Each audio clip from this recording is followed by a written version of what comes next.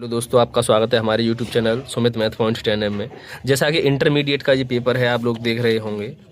ये इंटरमीडिएट का 2025 का बोर्ड का पेपर है।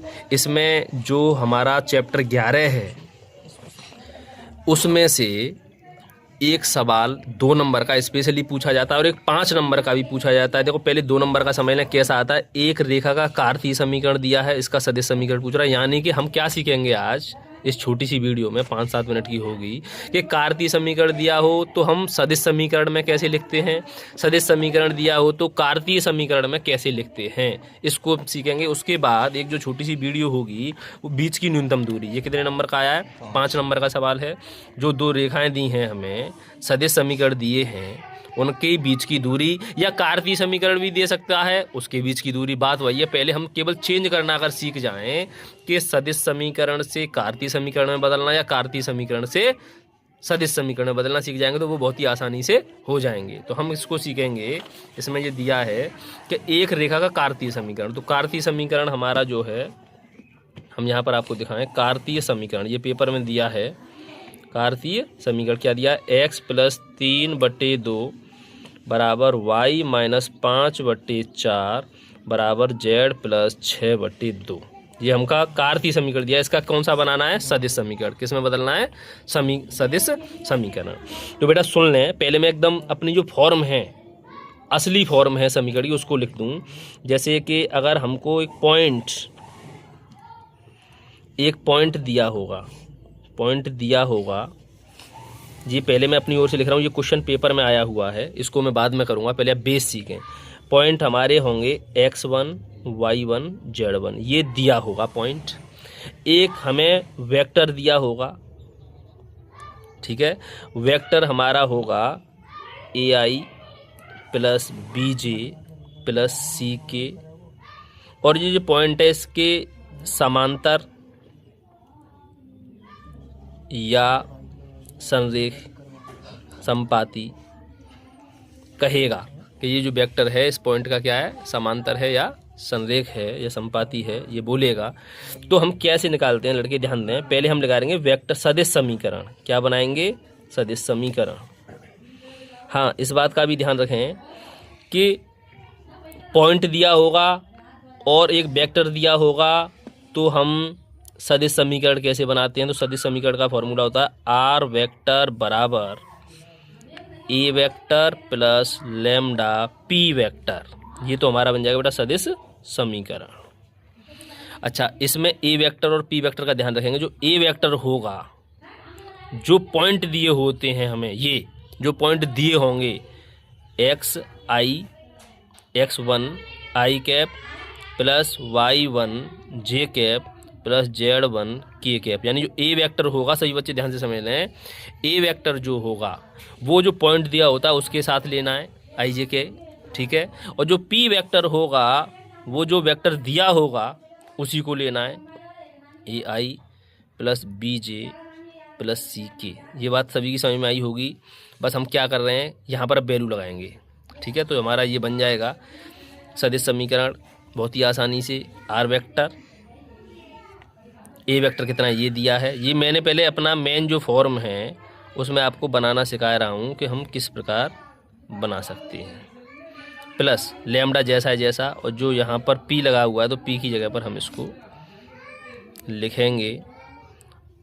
तो बेटा आपको ये याद नहीं रखना है, इतना बड़ा आपको याद नहीं रखना है। आप लोग क्या करेंगे कि इस फॉर्म को ध्यान रखेंगे, और जो पॉइंट हमको दिया होगा उससे ए वेक्टर तैयार कर लेंगे, और जो वेक्टर दिया होगा वो पी वेक्टर ऑटोमेटिक तैयार है। बस आप यहाँ वैल्यू लगा देंगे, वो आपका क्या आ जाएगा, answer.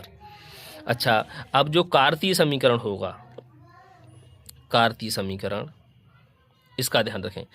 x - x1/a, general form लिख रहा हूँ, y - y1/b बराबर z - z1/c। ये हमारा कार्तीय समीकरण होता है। बच्चे बड़े परेशान रहते हैं कि सर ये दिया हो तो हम इसमें कैसे चेंज करेंगे, या ये दिया हो तो उसमें कैसे चेंज करेंगे वेक्टर समीकरण में। तो अब पेपर में ये जो दिया गया है ये कौन सा समीकरण है, हमने तुलना करके देखा, ये ऐसा समीकरण है, हमको दिख भी रहा है ये कार्तीय समीकरण है। अब हमको सदिश बनाना है तो कैसे बनाएंगे कि जो नीचे वाले ए बी सी हैं वो यहाँ से तुलना करें। देखें पी वेक्टर के आगे जो ए बी सी है तो पी वेक्टर तैयार हो जाएगा। पी वेक्टर ये नीचे वाले नंबरों के साथ लेना है, तो मैं अब सवाल करूँगा, इस वाले सवाल को देखेंगे 2 मिनट में होगा। तो जो पी वेक्टर तैयार करूँगा मैं, पी वेक्टर क्या हो जाएगा मेरा, 2i प्लस 4j और प्लस के 2k, जो नीचे वाले नंबर हैं ABC, वो मैंने पी वेक्टर तैयार कर लिया। अब मुझे एक ए वेक्टर भी बनाना है, क्योंकि जब वेक्टर रूप में लिखूंगा तो मुझे ए वेक्टर भी चाहिए और पी वेक्टर भी चाहिए। आर वेक्टर कुछ नहीं है, केवल आर वेक्टर ही रहेगा, ठीक है।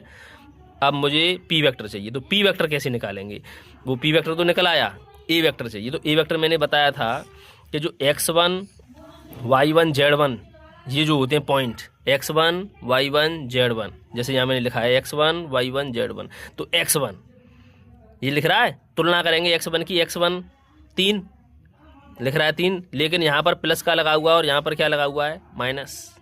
इसका विशेष ध्यान रखेंगे। तो इसका मतलब ये है कि ये जो नंबर यहाँ पर लिखा हुआ है उसका चिन्ह बदल के आप लिख सकते हैं, इस प्रकार बन जाएगा। तो मैं लिखूँगा माइनस का 3i। आप बोलेंगे माइनस क्यों लिया है, कि यहाँ प्लस का है, क्योंकि इस माइनस को मैं यहाँ लगाऊंगा, ऑटोमेटिक इसमें लगाऊंगा तो ये प्लस का ही बन जाएगा। जैसे माइनस का 3 है, अगर मैं माइनस का 3 यहाँ लगाऊंगा तो ये पहले से माइनस है, फॉर्मूले में माइनस और लिखूंगा तो क्या हो जाएगा, प्लस हो जाएगा, तो यही तो आएगा। इसलिए यहाँ पर जो हमारे साइन हैं उनको बदल के मैं केवल वेक्टर में लिखूंगा, तो ये प्लस का 5 हो जाएगा और ये माइनस का 6 हो जाएगा। यहाँ तक सभी की समझ में आई होगी बात। ये मैंने बेसिक जानकारी लिखी है, आप इससे घबराएं नहीं कि इतना बड़ा क्या लिखा हुआ, केवल सवाल इतना सा हो जाएगा। देखो 2 मिनट में होगा। ये जो नंबर दिए हैं नीचे वाले वो हमें पी वेक्टर के साथ लिखने हैं, 2i plus 4j plus 2k, और जो ऊपर वाले नंबर हैं इनको चिन्ह बदल के ए वेक्टर में लिख लें। ए वेक्टर बराबर -3i प्लस 5j माइनस के 6k। अब ये जो लिख गए दोनों हमारे पास आ गए, तो अब हम सदिश समीकरण आराम से बना सकते हैं, इसमें केवल वैल्यू लगानी है, ठीक है। वैल्यू कैसे लगेगी, आर वेक्टर बराबर, जो हम बना रहे हैं अब सदिश समीकरण, आर वेक्टर बराबर ए वेक्टर की वैल्यू है क्या, ए वेक्टर की वैल्यू ये रही, माइनस के 3i प्लस 5j और माइनस के 6k plus lambda. P vector हमारा ये रहा जो निकाल चुके हम, 2i प्लस 4j और प्लस के 2k। बस केवल इतना छोड़ना है, तो ये हमारा बन जाएगा सदिश समीकरण। ये बच्चे थोड़े परेशान होंगे कि अभी हमारी समझ में नहीं आया है, तो वो दोबारा समझें एक बार और बात। जैसे मैथ लाएं, लड़के मैथ एक्सरसाइज खोल के दें, वीडियो लगातार चलने दें, उसकी कोई चिंता नहीं है, केवल मैथ खोल के दें, उसी सवाल को निकालें। मैं एक एग्जांपल लूँगा, उसी एग्जांपल को दें, तो कोई एग्जांपल भी पेपर में पूछा जाता है। ये इतनी डिटेल जो लिखी गई है ये एक्स्ट्रा डिटेल है, आप लोग जो नहीं समझें। जैसे ये वाला सवाल है, ये सबकी समझ में आ रहा है। बिंदु पॉइंट दिए हैं, से जाने वाली तथा सदिश इतने के समांतर रेखा का सदिश तथा कार्तीय, बहुत अच्छा सवाल, सदिश समीकरण भी पूछ रहा है और कार्तीय समीकरण भी पूछ रहा है। तो हम इसको सवाल को करेंगे। देखें बेटा, बिंदु मैंने बस बोला था, बिंदु जो होते हैं हमारे वो x1 y1 z1, तो मैं डायरेक्ट लिख लूं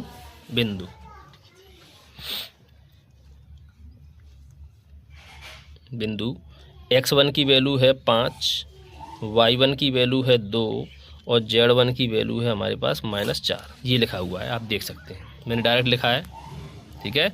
x1 y1 और z1, और जो वेक्टर दिया है ये कौन सा वेक्टर होगा, पी वेक्टर।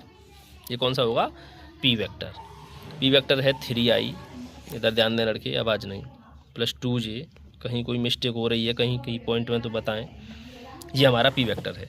समांतर रेखा का सदिश तथा कार्तीय दोनों में चेंज करना है, सदिश भी बनाना है, कार्तीय भी बनाना है, ठीक है। मैंने क्वेश्चन नोट कर दिया आपके सामने। अब सदिश के लिए बताएं मुझे, कोई बच्चा बताएगा क्या। सदिश समीकरण के लिए पहले फॉर्मूला क्या होता है हमारा, होता है आर वेक्टर बराबर ए प्लस लैम्डा पी।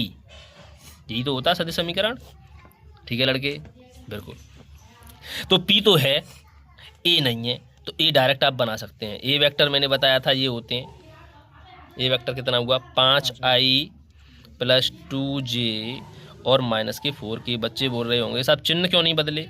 इसमें चिन्ह नहीं बदलना, ये डायरेक्ट दिया है। अब इससे कार्तीय जो समीकरण लिखेंगे वो ऑटोमेटिक चिन्ह बदल जाएगा। जो x माइनस x1 लिखेंगे तो ये -5 आ जाएगा कि नहीं आ जाएगा भाई? वहाँ होता था x माइनस x1, तो माइनस फॉर्मूला में था तो ये ऑटोमेटिक माइनस वहाँ आ जाएगा। कार्तीय से अगर हम इसमें लाएं वेक्टर में तो उसके साइन बदल के लाते हैं, लेकिन ये तो डायरेक्ट वेक्टर दिया है। अब बस सदिश समीकरण बन गया। यहाँ लगा दें आर वेक्टर, ए वेक्टर का मान 5i plus 2j minus 4k plus lambda जैसा जैसा p 3i प्लस 2j और माइनस 8k। ये हमारा तैयार हो गया कौन सा समीकरण? सदिश समीकरण। अब हमको लाना कार्तीय समीकरण। क्या लाना है बेटा?